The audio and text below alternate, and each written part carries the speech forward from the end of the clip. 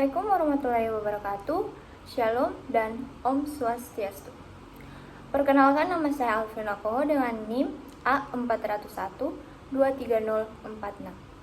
Dalam video ini saya akan menjelaskan masalah lingkungan mengenai infrastruktur jalan desa dan vandalisme pada infrastruktur untuk memenuhi tugas Sustainable Development Goals atau SDGs. Selamat menyaksikan. Masalah lingkungan yang pertama yaitu infrastruktur jalan desa. Masalah utama dalam video ini adalah pencemaran udara, polusi, debu, dan degradasi infrastruktur jalan. Jalan tanah atau pasir yang tidak beraspal ini sangat mudah tergerus, berlubang, dan menghasilkan kabut debu tebal saat dilalui kendaraan. Selain itu, jika hujan turun, jalan ini akan menjadi lumpur yang merusak struktur tanah dan sekitarnya. Dalam masalah ini terdapat 3 SDGs yang saling berkaitan. Yang pertama, SDGs nomor 3, kehidupan sehat dan sejahtera, memastikan lingkungan bebas polusi untuk kesehatan warga. Yang kedua, SDGs nomor 9, industri, inovasi, dan infrastruktur, menekankan pentingnya pembangunan jalan yang layak dan tahan lama. Dan yang ketiga, SDGs nomor 11, kota dan pemukiman berkelanjutan, fokus pada akses transportasi yang aman dan terjangkau bagi masyarakat desa.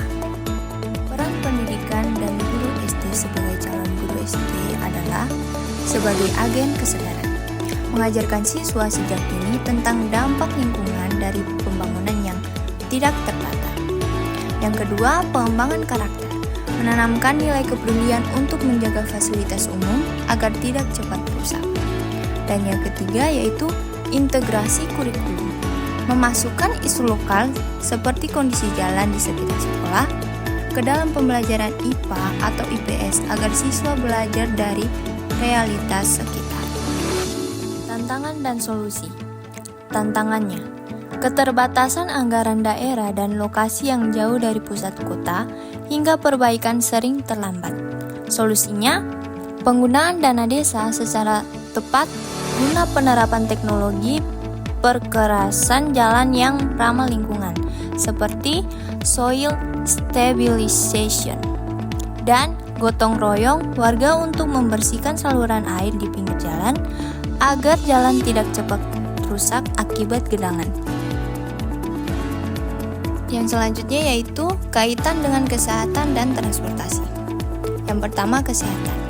Debu dari jalan tersebut mengandung partikel kecil yang jika terhirup terus-menerus dapat menyebabkan ISPA, infeksi saluran pernafasan akut, dan iritasi mata, terutama bagi anak-anak yang berangkat sekolah melewati jalur tersebut. Yang kedua, transportasi. Kondisi jalan yang berlubang dan berdebu menghambat mobilitas. Hal ini meningkatkan risiko kecelakaan, mempercepat kerusakan kendaraan seperti ban dan suspensi, serta memperlama waktu tempuh untuk distribusi hasil bumi dan akses ke layanan darurat. Masalah lingkungan yang kedua yaitu vandalisme pada infrastruktur. Masalah utama dalam video ini adalah vandalisme atau coret-coret liar pada fasilitas publik. Vandalisme ini bukan sekedar masalah estetika, tetapi merupakan bentuk pencemaran visual. Kaitan dengan SDGs. Aksi vandalisme ini sangat bertentangan dengan 2 tujuan SDGs. Yang pertama, SDGs nomor 11, kota dan pemukiman yang berkelanjutan, menekankan pada penyediaan ruang publik yang aman, inklusif, dan tertata. Vandalisme ini menghambat terciptanya kota yang nyaman bagi warga. Yang kedua, SDGs nomor 16, perdamaian, keadilan, dan kelembagaan yang tangguh. Terkait dengan kepatuhan hukum yang tanggung jawab, warga negara dalam menjaga aset bersama. Peran pendidikan dan guru SD. Guru SD memiliki peran kunci dalam memutus rantai perilaku sejak dini, melalui pendidikan nilai dan karakter, mengajarkan konsep kepemilikan bersama, public property, kepada siswa sehingga mereka merasa memiliki dan wajib menjaga fasilitas umum. Yang kedua, penyaluran kreativitas. Membimbing siswa untuk berekspresi secara positif, misalnya melalui lomba menggambar atau membuat poster tentang kebersihan lingkungan sekolah. Dan yang ketiga, role model. Guru memberikan contoh nyata dengan menjaga kebersihan lingkungan sekolah dari coretan liar. Tantangan dan solusi. Tantangannya, kurangnya pengawasan di area publik pada malam hari dan anggapan sebagian remaja bahwa vandalisme adalah bentuk seni atau keberanian.